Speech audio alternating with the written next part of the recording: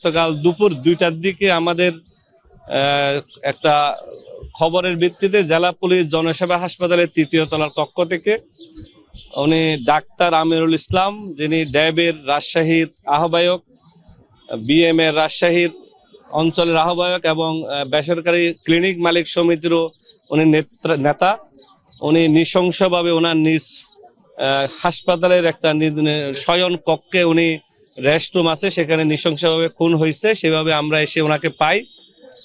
সেই ভিত্তিতে আমরা পারিপার্শ্বিক অবস্থা ও আমাদের যে প্রযুক্তিগত যে বিষয়গুলো আমরা বিশ্লেষণ করি, আমরা পুলিশের পক্ষ থেকে আমরা জেলার বিভিন্ন সংস্থা আমরা যৌথভাবে কাজ করার পরে আমরা দেখতে পাই হাসপাতালের একটা স্টাফ এটার সাথে মূলত জড়িত ছিল। আমরা সন্দেহভাজন আমরা কয়েকজনকে আমাদের হেফাজতে নিয়ে দীর্ঘ রাত তাদেরকে আমরা জিজ্ঞাসাবাদ শেষে ভোর রাতে অলমোস্ট ভোর 4টার দিকে আমরা যে মূল যিনি ক্রিমিনাল তার নাম হচ্ছে আসাদুল মিয়া আসাদ, উনি হচ্ছে বাড়ির দুনটে। সে 2024 সালে বগুড়া থেকে এইচএসসি পাশ করে টিএমএসএস মেডিকেল কলেজে ল্যাব রেজিস্ট্রার হিসেবে কর্মরত আছে। সেই আসাদ গত 3 বছর ধরে ডাক্তার আমিরুল সাহেবের পিএ হিসেবে এখানে কর্মরত ছিলেন। কর্মরত থাকার সময় হাসপাতালে বিভিন্ন স্টাফ আছে, বিভিন্ন ফিমেল কলিগও থাকে।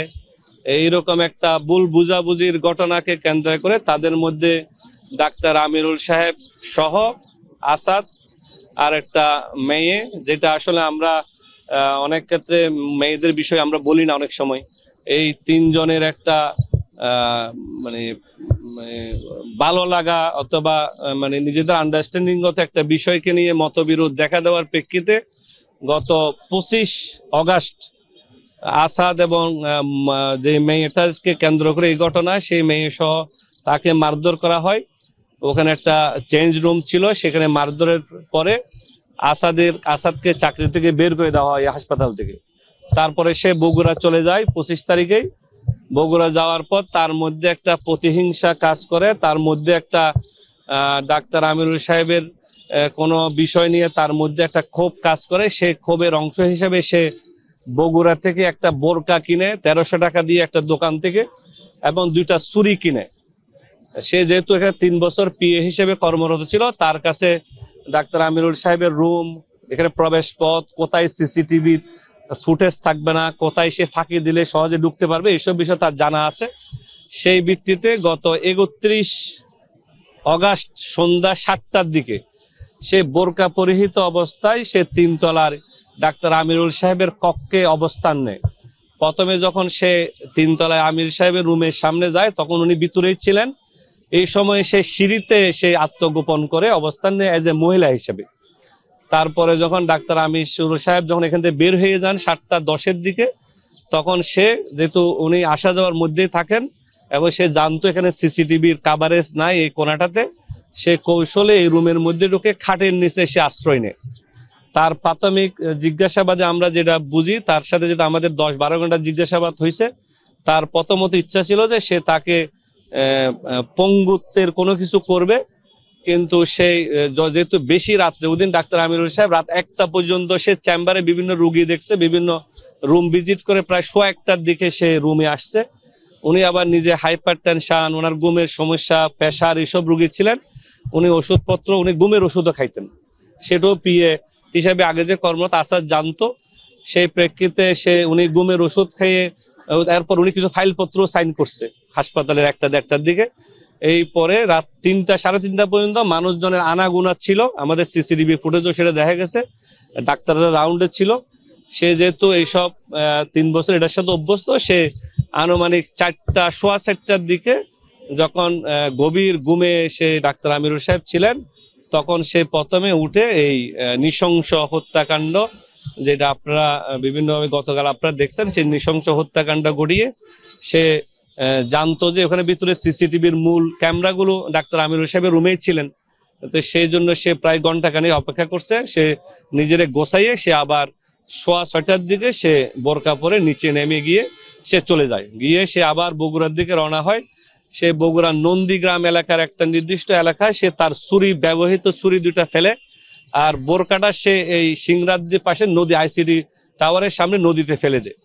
তা আমরা সেই সব বিষয় যেহেতু যাচাই বাছাই সাপেক্ষে আমরা রাত্রের অপারেশনের পরে সকাল থেকে আমরা সেই চুরি দুটো উদ্ধার করি, কিন্তু বোরকাগুলো যেহেতু নদীর স্রোত, আমরা একটা টিম কাজ করবে রাত্রে এইটা এই স্রোতের মধ্যে কোথাও পাওয়া যায় কিনা, কিন্তু আমরা এটা নিশ্চিত হয়েছি সে বোরকা কোত্থেকে কে নিচ্ছে, সে বগুড়া থেকে।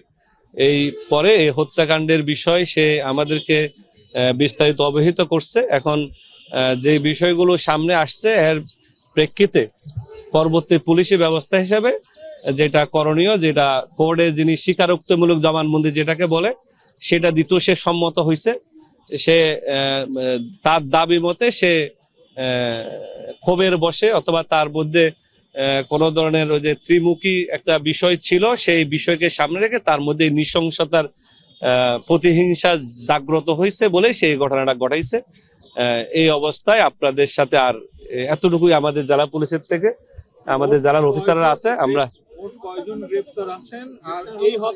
আমরা গ্রেপ্তার একজনেই এখন গ্রেপ্তার, এখন আমরা একজনকে গ্রেপ্তার দেখাচ্ছি ফরমালি। বাকিদের সম্পৃক্ততা, বাকি কেউর কোনো উস্কানি, বাকি কেউর সম্পৃক্ততা ছিল কিনা সেটা প্রমাণ সাপেক্ষে বাকি যারা হেফাজতে আছে তাদেরকে অ্যারেস্ট দেখানো হবে।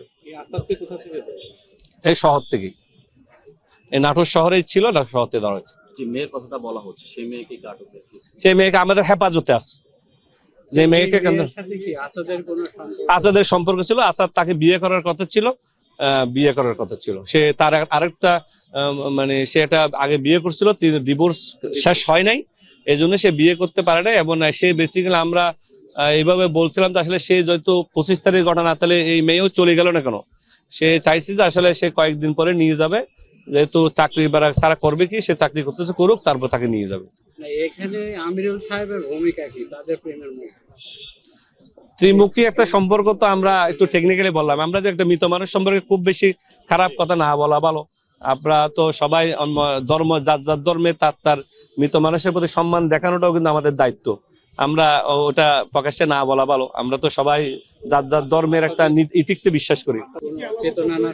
না, চেতনানাশক কিছু উনি যেহেতু রেগুলার ঘুমের ওষুধ খায়, এটা আসাদ জানতো। পিএ হিসেবে 3 বছর যেহেতু ছিল, সে জানে যে উনি যেহেতু হাইপার টেনশন, ডায়াবেটিস, অনেক ধরনের অসুস্থতার মধ্যে থাকে, এই জন্য ও জানতো যে এরকম ঘটনা মানে গভীর ঘুমে চলে যাবে। জি, ছুরিটাই উদ্ধার করা হয়েছে, আর বোরকা উদ্ধারের চেষ্টা চলতেছে, আর কোন আলামত এর সাথে সংশ্লিষ্ট নাই। অন্য কোন রহস্য এ পর্যন্ত তদন্তে পায় না। আমরা আরো জিজ্ঞাসাবাদ করলে হয়তো আর কিছু পাইলে আমরা আপনাদের পরবর্তীতে জানাবো। আজকে আরো অপারেশন আছে, আরো কিছু উদ্ধারের বিষয় থাকে, ওই যে বোরকা, এইসব অপারেশনে বেসিক্যালি পুলিশের কাছে এরকম অপারেশনাল কাজে আসামি হেফাজতে থাকার সুযোগ আছে, আইনে কোনো বাধা নেই। একটা পুরুষাঙ্গের বিষয় তো কালকে থেকে জানেন আপনারা, এটা আমরা ওই যে বোরকা পরিহিত অবস্থায় উপস্থিতিটা যেহেতু ওই সিঁড়িটা ইউজ করছে, আপনারা জানেন যে 3 তলার সিঁড়ির মধ্যে যে সিসিটিভিটা আছে ওইটাই শুধু কোণাটা কাভার করে, আর এদিকে সিসিটিভি নাই। যেহেতু এটা প্রাইভেট রুম, মহিলারা এদিকে থাকে অথবা মেয়ের নামাজ টামাজ পরে, এখানে সিসিটিভি ছিল না। তো সিঁড়ির গোড়ায় যে সিসিটিভিটা আছে সেই ফুটেজটা থেকে আমরা নিশ্চিত হয়েছি একাই জড়িত, আর কেউ ছিল না আপাতত তদন্তে, মানে এই 30 ঘন্টার তদন্তে। আমরা মামলা গতকালে মামলা হয়েছে, ওনার মিসেস বাদী হয়ে মামলা করছে সদর থানায়।